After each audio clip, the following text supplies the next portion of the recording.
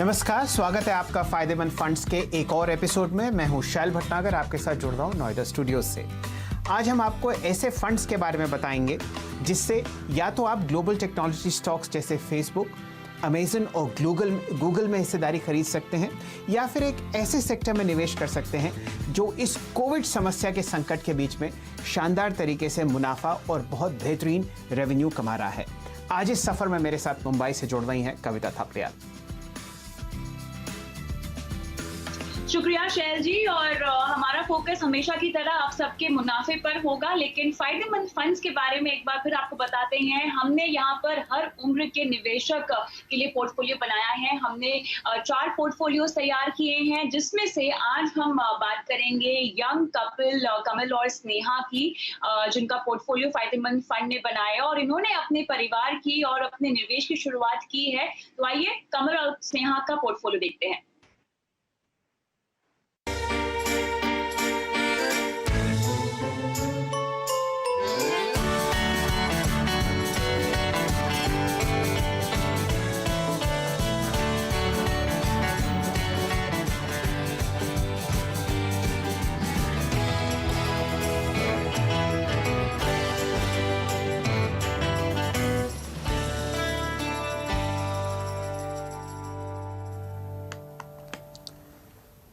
स्नेहा और कमल की financial planning में रैंक एमएफ के हेड श्री ओमकेश्वर सिंह साहब ने उनके लिए 4 फंड्स का बेहतरीन पोर्टफोलियो जमाया था। इनमें से ये पोर्टफोलियो आपके सामने फिलहाल स्क्रीन पर आएगा, और इस पोर्टफोलियो में से पिछले हफ्ते अगर आप हमारे साथ जुड़े हुए थे तो हमने यूटीआई इक्विटी फंड को बहुत ही बारीकी से एनालाइज किया था। क्या कारण थे इन रिटर्न्स के, वो सब आपको बताया गया था। आज हमारे रडार पर है Parag Parikh long term equity fund, और इस फंड के मैनेजर श्री रौनक ओंकार सिंह साहब हमारे साथ जुड़ेंगे। रौनक जी, आपका स्वागत है। धन्यवाद, थैंक यू मुझे इनवाइट करने के लिए।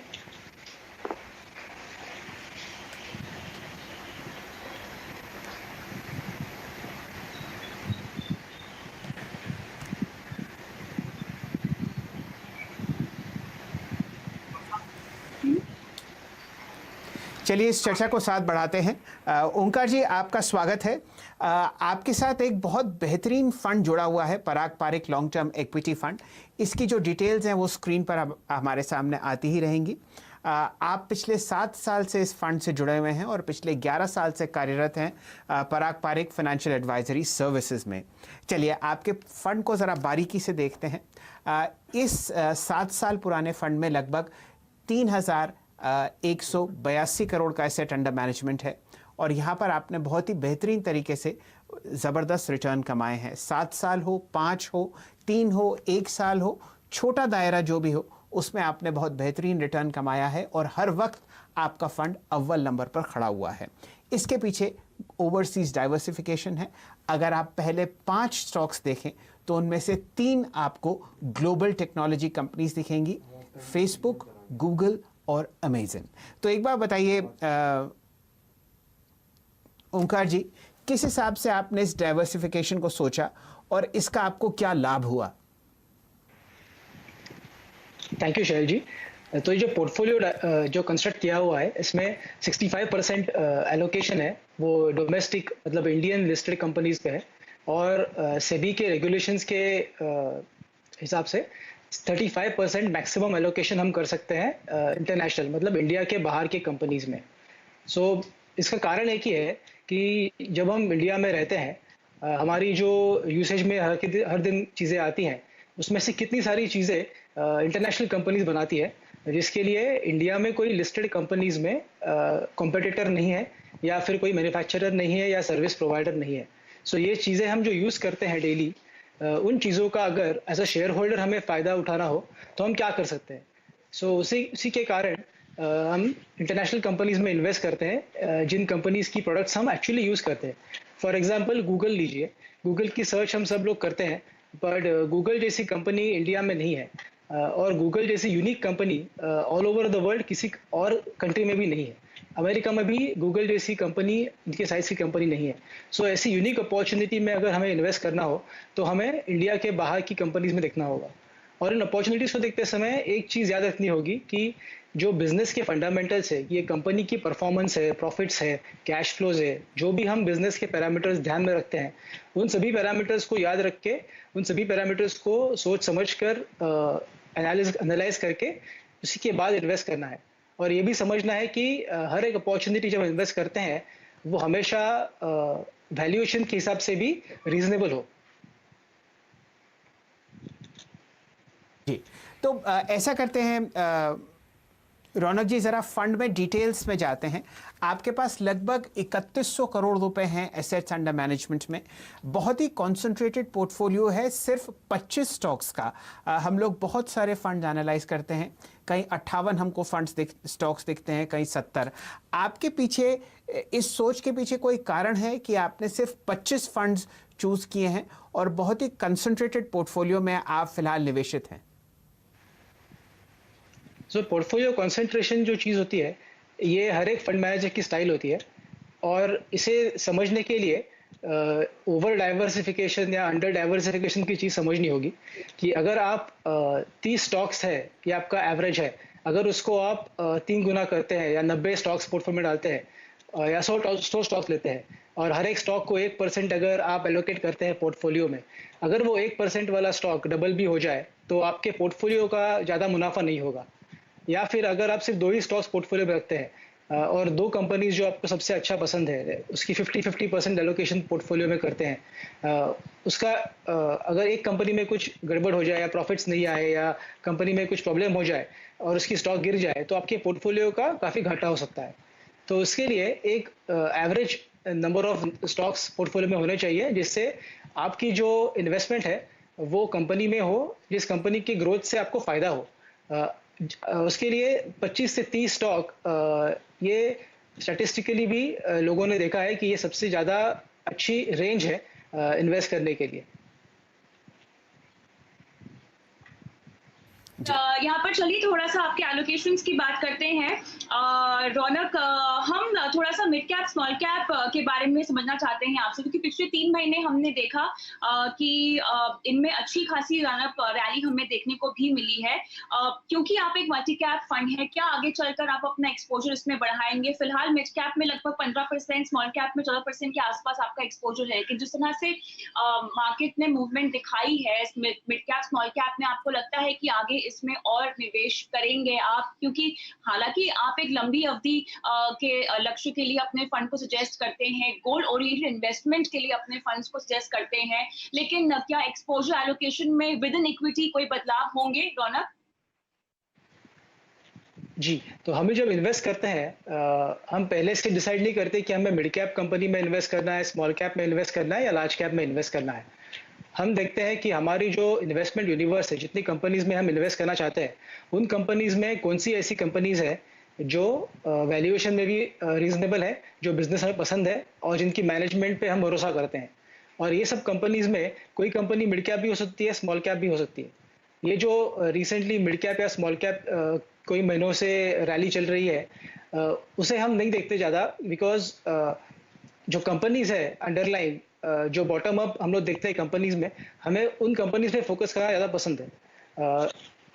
और आगे जाके भी वैल्यूएशन हमारा इंपॉर्टेंट क्राइटेरिया होगा ये कंपनीज चूज करने के लिए। सो अगर small cap mid cap companies में वैल्यूएशंस अच्छे लगेंगे तो हम डेफिनेटली उनको चॉइस कर सकते हैं फंड में। जी, ओमकार साहब, आपसे एक आखिरी प्रश्न पूछते हैं। हमारे साथ आपने इतनी शानदार तरीके से समझाया कि ग्लोबल डाइवर्सिफिकेशन कितना ज़रूरी है। ये बताइए, यूएस मार्केट्स में जैसे आप इन्वेस्ट करते हैं, लगभग आपका जो पहले 10 स्टॉक्स हैं उसमें आपने लगभग 25% से ज़्यादा, माफ़ कीजिए 34% से ज़्यादा पैसा लगा रखा है। ये बताइए, वहाँ पे क्या अलग तरीके की आपको रिसर्च करनी पड़ती है ताकि आप फेसबुक, गूगल या अमेजन जैसी कंपनीज को अलग तरीके से समझें? वहाँ पर आपको क्या परेशानियां देखने को मिलती हैं? जी, जैसे मैंने पहले कहा था कि कोई कंपनीज काफ़ी यूनिक होती है, तो उनके कंपैरिजन के लिए ज़्यादा बिजनेस मॉडल्स होते नहीं है। तो उन्हें स्टडी करने के लिए जिस इंडस्ट्री के वो पार्ट है वो इंडस्ट्री स्टडी करनी पड़ती है। सो लोगों को लगता है कि गूगल एक टेक्नोलॉजी कंपनी है, पर एक्चुअली गूगल एक एडवर्टाइजिंग कंपनी है जो डिजिटल एडवर्टाइजिंग सेल करती है। सो कोई एडवर्टाइजर हो जिसे टीवी पे ऐड करना हो तो वो टीवी चैनल के पास जाएंगे, अगर किसी को ऑनलाइन एडवर्टाइज करना हो तो वो गूगल जैसी कंपनी के पास जाएंगे, फेसबुक जैसी कंपनी के पास जाएंगे। तो ये इंडस्ट्री के ट्रेंड्स है वो समझना काफ़ी इंपॉर्टेंट है। और अगर ये इंडस्ट्री ग्रोइंग इंडस्ट्री है तो इस इंडस्ट्री में कौन से ऐसे स्टॉक्स है, कौन से ऐसे बिजनेसेस है जिनमें प्रॉफिट ग्रो हो रहा है, सेल्स ग्रो हो रहा है और इन बिजनेसेस का आगे भी रनवे अच्छा है कि वो ग्रो कर सकते हैं आगे। सो ये स्टडी करना पहले इंपॉर्टेंट है। सो अपॉर्चुनिटी यूनिक होना ज़रूरी होता है, पर वो लिमिटेड कंडीशन नहीं है, उसके आगे भी देखना पड़ता है कि ये कंपनी अच्छी है कि नहीं। उसके बाद जैसे लोग बोलते हैं कि मैनेजमेंट से मिलना ज़रूरी है, ये सारी कंपनीज काफ़ी बड़ी है और इनका ग्लोबल बिजनेस है। सो यहाँ पे मैनेजमेंट से मिलके ज़्यादा फर्क नहीं पड़ता, बल्कि इंडस्ट्री की ट्रेंड समझना ज़्यादा ज़रूरी है। और तीसरी चीज़, ये बिजनेसेस सिर्फ अमेरिका में नहीं काम करते, ये बिजनेसेस का सेल्स यूरोप में होता है, साउथ अमेरिका, हर एक कॉन्टिनेंट में उनका सेल होता है, इंडिया में भी होता है, चाइना में भी होता है कई कंपनीज का। सो ये भी समझना होगा कि कौन से मार्केट में ये कंपनीज अपने सेल कर रही है, और ये सब आप स्टडी कर सकते हैं। और उसके बाद जो आपके पैरामीटर्स है उसमें ये कंपनी फिट होती है तो डेफिनेटली ये कंपनी को पोर्टफोलियो में इंक्लूड कर सकते हैं।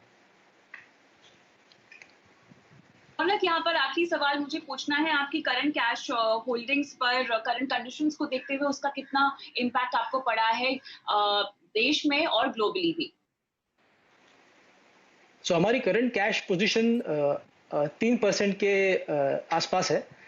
जब ये कोविड की मार्केट में मार्केट जब क्रैश हो रहा था मार्च मंथ में, उसके पहले हमारे पास लगभग 11% कैश था। और ये जब मार्केट में अपॉर्चुनिटी मिली थी कि सारे कंपनीज के स्टॉक्स नीचे गिर रहे थे, तो काफ़ी अच्छी अपॉर्चुनिटी मिली जहाँ पे हमारे एग्जिस्टिंग पोर्टफोलियो कंपनीज, जिसमें हमें लगा कि ये कंपनी सर्वाइव होंगे, जिनकी लॉन्ग टर्म ग्रोथ टिकी रहेगी, इन कंपनीज में हम लोगों ने कैश डिप्लॉय किया। और जिन नई कंपनीज में जो हमें लगा कि ये कंपनीज हमें अच्छी लग रही थी बट मार्केट में उनकी वैल्यूएशन काफ़ी एक्सपेंसिव थी, तो ये कंपनीज भी थोड़ी रीजनेबली वैल्यू हो रही थी, तो उन्हें भी हम पोर्टफोलियो में ऐड कर सकते थे। सो ऐसे करके 11% से अबाउट 3% तक हमारे पोर्टफोलियो में कैश अभी पेंडिंग है। अच्छा, ठीक है। चलिए ओमकार साहब, आप हमारे साथ जुड़े रहिए। बस मैं ये बताना चाह रहा था अपने दर्शकों को कि अगर आपको लोकल पैसा लगाना है रुपया में और अगर आपको ग्लोबल स्टॉक्स खरीदने हैं तो Parag Parikh long term equity fund से बेहतरीन कोई भी स्कीम आपको फिलहाल बाजार में नहीं मिलेगी। पिछले 7 साल में हर साल इस फंड ने लगभग 15.8% रिटर्न दिया है और अपने पीयर ग्रुप में सबसे बेहतरीन परफॉर्मर रहा है।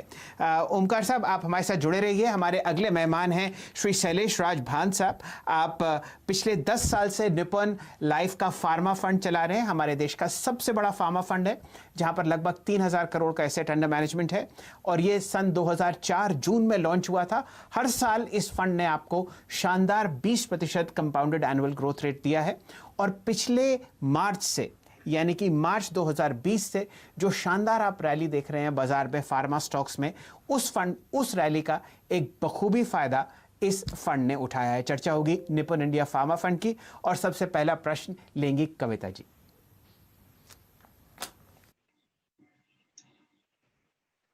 ऑलराइट, शैलेश राजभान जी, स्वागत है आपका सीएनबीसी आवाज के इस खास शो फायदेमंद फंड में, जहां पर हम आज आपके फंड को कवर कर रहे हैं विस्तार से। सबसे पहला सवाल तो मुझे आपसे बस यही पूछना है कि क्योंकि इतना कॉन्सेंट्रेटेड पोर्टफोलियो है और लगभग 18 स्टॉक्स हैं, तो ऐसे में स्ट्रैटेजी किस तरह से आप अपनी बनाते हैं? क्योंकि फार्मा फंड यूजुअली, या फार्मा फंड ही नहीं, कोई भी सेक्टोरल फंड कहें, कोई भी थीमेटिक फंड कहें, उससे अपने निवेश की शुरुआत आपको नहीं करनी चाहिए। ऐसे फाइनेंशियल प्लानर्स अमूमन जो है सलाह देते हैं अपने इन्वेस्टर्स को। लेकिन अगर मुझे फार्मा अगर पसंद है तो ऐसे में आपके फंड को पोर्टफोलियो में अगर हम शामिल करना चाहें, आपकी स्ट्रैटेजी क्या होगी इतने लिमिटेड स्टॉक पिक में? Thank you very much. से ये बहुत बड़ा इंटरेस्टिंग सेक्टर है फार्मा इंडिया में। अगर आप देखेंगे इस सेक्टर की अपॉर्चुनिटी, अपना size of population, size of adult population who actually जो मेडिसिन यूज करते हैं, उनका size is very very large. So opportunity wise ये सेक्टर किसी और सेक्टर से कम नहीं है। दूसरी चीज अगर आप देखेंगे तो ग्लोबली ऑल्सो, अगर आप बाहर भी देखेंगे, बाहर के मार्केट्स भी देखेंगे तो इंडियन कंपनीज का डोमिनेंस और उनका जो मैन्युफैक्चरिंग कैपेबिलिटी है इतना स्ट्रांग है कि वो सब मार्केट में भी ये लोग काफी ज्यादा प्रेजेंस ला चुके हैं। सो ये सेक्टर इज रिलेटिवली आप देखेंगे तो सेक्टर में रिस्क, बिकॉज ये सेक्युलर सेक्टर है, लॉन्ग टर्म ग्रोथ पॉसिबिलिटी है, ये सेक्टर में विद इन सेक्टर फंड्स ये लेस वॉलेटाइल रहता है।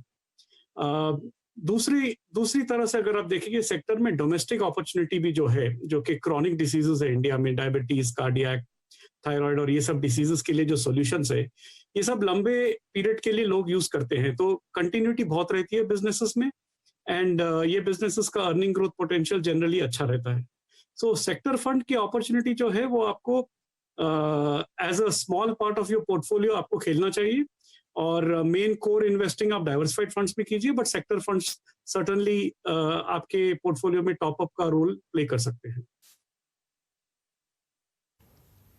जी भान साहब, आप पिछले 19 वर्ष से इस काम में लगे हुए हैं और पिछले एक डेकेड से निपन इंडिया फार्मा फंड के साथ जुड़े हुए हैं। मैं ये जानना चाह रहा था, सन 2004 में ये फंड लॉन्च हुआ, और अगर मैं आपको रिटर्न्स के बारे में बताऊं तो वो शानदार हैं। सिर्फ और सिर्फ अगर आप 1,000 रुपये का SIP हर महीने जुलाई 2004 से करते तो आप लगभग 1,93,000 रुपये इन्वेस्ट करते, और वो अमाउंट अब बढ़कर 9,53,560 रुपये होती। यानी कि पिछले 16 साल में आपका पैसा 5 गुना बढ़ता बिना कोई मेहनत करे, सिर्फ आपको 1,000 रुपये महीने का SIP करना था। तो ये तो कहानी है निपन फार्मा फंड की। सवालों का सिलसिला जारी है। भान साहब, आपसे ये प्रश्न पूछना था, ऐसा क्या है भारत देश में जो कि एक डेडिकेटेड फार्मा फंड की आवश्यकता है? हमारी कंपनीज बहुत बड़ी हैं और US और यूरोपियन मार्केट्स में खूब अच्छी तरीके से जेनेरिक मेडिसिन बेचती हैं। क्या आपको लगता है आगे आने वाले समय में ये बाजार और बड़ा होगा? ये सेक्टर में इंडिया का कॉम्पिटिटिव एडवांटेज है, जहाँ पे इंडिया को एक एज है कंपेयर टू दूसरे कंट्रीज से और दूसरे मैन्युफैक्चरिंग कंपेरेबल एशियन इकोनॉमी से। अगर आप देखेंगे US में जो जेनरिक मार्केट में 40% सेल्स जो होते हैं ओरल प्रोडक्ट्स के, टैबलेट्स एंड कैप्सूल्स के, इन द जेनरिक मार्केट, वहाँ के जो बेसिक मार्केट है उसमें इंडिया का मार्केट शेयर बहुत ज्यादा है। सो 40% मार्केट शेयर है, और इंजेक्टेबल जो होते हैं उसमें 20% मार्केट शेयर है। तो इतनी बड़ा डोमिनेंट सेक्टर है in terms of capability, and ये ट्रूली मेक इन इंडिया वाला जो इनिशिएटिव है, जो एफर्ट है, ये सेक्टर ऑलरेडी सक्सेस उसमें डेमोन्स्ट्रेट कर चुका है। सो ये एक बड़ा एडवांटेज है कि ग्लोबली कॉम्पिटिटिव सेक्टर है इंडिया से, एंड 10-15 साल से प्रूव कर चुका है कि स्केलेबल है, और पूरा इफेक्टिवली दुनिया के लिए India has become a pharmacy to the world बोलते हैं अभी। दूसरा बड़ा पॉसिबिलिटी सेक्टर में ये है कि अगर आप देखेंगे अभी भी इंडिया में बहुत अंडर पेनिट्रेशन है फार्मा सेक्टर में। अगर आप देखेंगे कि कंप्लायंस कितने लोग कितने पीरियड के लिए मेडिसिन लेते हैं, वो कंप्लायंस रेट भी बहुत कम है। डायग्नोस्टिक्स पिछले 8-10 साल से एक्सपैंड हो रहा है इंडिया में, एंड जिससे उनके people are able to take treatment after that. तीसरा ये है कि जो क्रॉनिक डिसीजेस इंडिया में है, जैसा मैंने बताया है आपको, ये क्रॉनिक डिसीजेस में लंबे पीरियड के लिए आपको जो लेना पड़ता है मेडिसिन, उसका जो कॉस्ट ऑफ ट्रीटमेंट इंडिया का है बहुत कम है, जिससे कि आज समझिए X नंबर ऑफ पीपल ले रहे हैं, over a period of time आपको एज इनकम लेवल्स इंडिया में बढ़ेंगे, larger population will come and buy. तीसरा, आप इंडिया का कंस्ट्रक्ट देखेंगे, इंडिया को लोग समझते हैं कि ये बहुत यंग कंट्री है।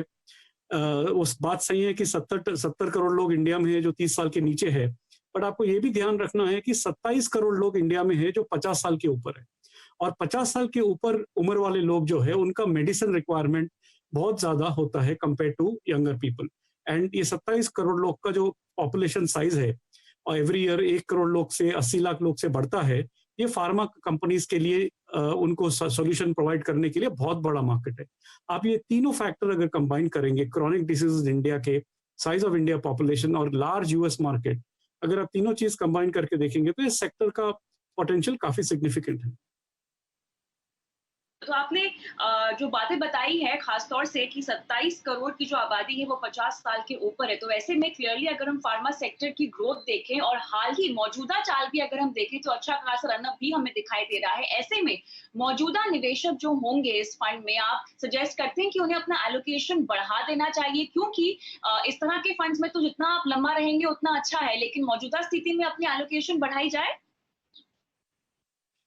पिछले 4 साल में ये सेक्टर उतना लाइमलाइट में नहीं था, उतना अच्छा परफॉर्मेंस नहीं था, एंड इसमें कोविड के बाद एक इम्प्रूवमेंट आया है पिछले 2 महीने में। अगर आप 5 साल के पीरियड में ये सेक्टर में थोड़ा स्लो डाउन आया था। अभी यहाँ से हमें लग रहा है कि ये सेक्टर के earnings over the next 4 to 5 years में काफी इंप्रूवमेंट आएगा। एंड ये आने का कारण ये है कि एक तो अर्निंग बेस लो हो चुका है और अभी नए प्रोडक्ट अप्रूवल कंपनीज के आ रहे हैं। एंड जैसा मैंने बताया कि डोमेस्टिक बिजनेस का अपॉर्चुनिटी जो हर साल ग्रो होता है, कंज्यूमर बिजनेस जैसे ही है। सो ये 3-4 फैक्टर अगर आप कंसिडर करेंगे तो सेक्टर का आउटलुक पॉजिटिव है। अगर आप एलोकेशन एक सेक्टर फंड को दे रहे हैं, स्पेशली सेक्टर जिसमें सेक्युलरिटी है, इन द सेंस लॉन्जिटिविटी है, जो लॉन्ग पीरियड ऑफ टाइम के लिए काम कर सकता है, फार्मा सेक्टर कंज्यूमर सेक्टर की तरह वेरी लॉन्ग पीरियड के लिए अट्रैक्टिव अपॉर्चुनिटी प्रेजेंट कर सकता है इन्वेस्टर्स के लिए। हेंस सेक्टर फंड का रेलेवेंस है फ्रॉम दैट एंगल, स्पेशली ये फार्मा इंडस्ट्री में। जी ठीक जी। भान साहब, आपने बहुत ही शानदार तरीके से समझाया कि किस हिसाब से भारत और विदेश दोनों ही फार्मा सेक्टर के इंडस्ट्री के हमारे बहुत बड़े ग्राहक हैं। लोग समझते थे कि हमारा देश सबसे यंगेस्ट देश है पूरी दुनिया में, लेकिन ये मुझे आज पता चला कि सेकंड ओल्डेस्ट देश भी हमारा ही है। लगभग 24 करोड़ ऐसे लोग हैं जो 50 साल के ऊपर हैं और उनका मेडिसिन का कंजम्पशन नॉर्मल व्यक्ति से 5 गुना ज़्यादा होता है। चलिए, तो भान साहब, आपका हमारे साथ जुड़ने के लिए बहुत बहुत शुक्रिया। रौनक ओमकार साहब भी हमारे साथ जुड़े हुए हैं, बहुत शानदार तरीके से वो मैनेज कर रहे हैं Parag Parekh long term equity fund, और भान साहब ने भी कमाल कर रखा है निपन इंडिया फार्मा फंड में। आप दोनों का हमारे साथ जुड़ने के लिए बहुत बहुत शुक्रिया। लेंगे हम एक छोटा सा ब्रेक के बाद हमारे साथ जुड़ रहे हैं ओमकेश्वर सिंह साहब, और वो एक बहुत बढ़िया पोर्टफोलियो एनालाइज करेंगे श्री मोहित गुप्ता साहब का। जुड़े रहिए हमारे साथ। चर्चा हो रही है एक से एक बेहतरीन इक्विटी फंड्स की, जहां पे आप लंबी अवधि में बेहतरीन रिटर्न्स कमा सकते हैं बिना मेहनत किए।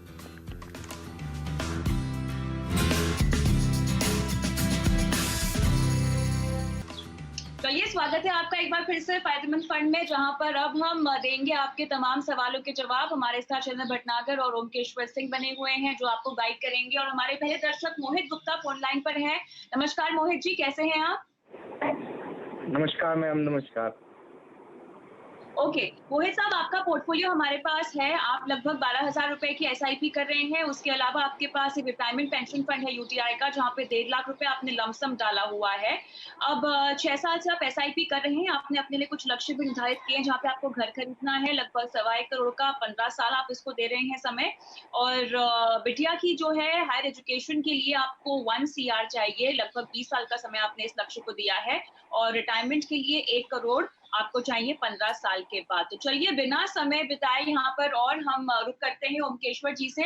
ओमकेश्वर जी, फंड्स कैसे हैं? क्या लक्ष्यों के मुताबिक इन फंड्स का चुनाव सही है? अगर बिकॉज सभी लक्ष्य इनके लंबी अवधि के हैं। जी, लंबी अवधि के लिए एसआईपी करना बहुत अच्छी बात है। तो जो इनका पोर्टफोलियो उसको हमने एनालाइज किया है, उसके हिसाब से एक्सेस मिड कैप को वो कंटिन्यू कर सकते हैं। इसमें फार्मा हेल्थ केयर में भी अच्छा एक्सपोजर है और रिटेलिंग में भी अच्छा एक्सपोजर है, जैसे डीमार्ट, बाटा वगैरह। दूसरा जो इनका है वो फ्रैंकलिन इंडिया प्राइम है, उससे वो एक 2 रेटेड फंड है रैंक एमएफ पे, तो उससे निकल करके या तो वो कंसोलिडेट कर सकते हैं, एक्सेस में ही डाल सकते हैं, या फिर डीएसपी या यूनियन में जा सकते हैं। अदरवाइज वो मल्टी कैप पीपीएफएस भी देख सकते हैं। लार्ज कैप भी इनके पास है, एबीएसएल फ्रंटलाइन इक्विटी है, फिर उसके बाद निपन लार्ज कैप भी है। तो ये दोनों फंड है लार्ज कैप के, और एसबीआई ब्लू चिप भी है। 3 लार्ज कैप फंड है इनके पास। ये सारे के सारे तीनों जो हैं अभी 2 रेटेड स्टार है रैंक एमएफ पर, और इससे बेटर स्कीम्स जो है वो यूटीआई मास्टर शेयर या फिर एलआईसी लार्ज कैप है। तो वहां पर किसी एक पे वो कंसोलिडेट कर सकते हैं। मल्टी कैप में उनके पास कोटक स्टैंडर्ड मल्टी कैप है। उससे बेटर जो अभी आज हम लोग जिस फंड को अभी डिस्कस किया था, PPFS long term equity growth much better option है। तो ये सारा देखने के बाद जो यूटीआई रिटायरमेंट पेंशन फंड है, अभी फिलहाल के लिए उसको कंटिन्यू कर सकते हैं, अभी ठीक है। सो ये चेंजेस अगर करेंगे तो जो इनका कॉर्पस है जो चाहते हैं, और उसका ग्रोथ और कॉर्पस टारगेट पहुंचने का चांसेस काफी अच्छा हो जाएगा। बिल्कुल, लेकिन यहाँ पर रिटायरमेंट के लक्ष्यों के लिए मैं चाहती हूँ थोड़ा-सा ये कैलकुलेशन एक बार फिर से करें और इन्फ्लेशन को थोड़ा-सा और ध्यान में रखें। लेकिन मोहित गुप्ता, उम्मीद करते हैं कि आप निवेश को बरकरार रखेंगे, समय रहते बढ़ाएँगे और अनुशासन जो है वो भी मेंटेन करेंगे, डिसिप्लिन रखेंगे अपने इन्वेस्टमेंट में। बहुत-बहुत शुक्रिया अपना सवाल हमें भेजने के लिए। इसी के साथ हमें फ़ायदेमंद फंड में दीजिए इजाज़त। शैल सर और ओमकेश्वर जी, यहाँ पर आप दोनों का ही बहुत-बहुत धन्यवाद। और इतना ही नहीं, सोमवार और बुधवार हम आपसे मिलते हैं 4:30 बजे सोशल मीडिया पर भी, तो जुड़िएगा हमारे साथ सोमवार को अब सीधा 4:30 बजे, जहां पर हम आपके सवालों के जवाब देंगे। नमस्कार।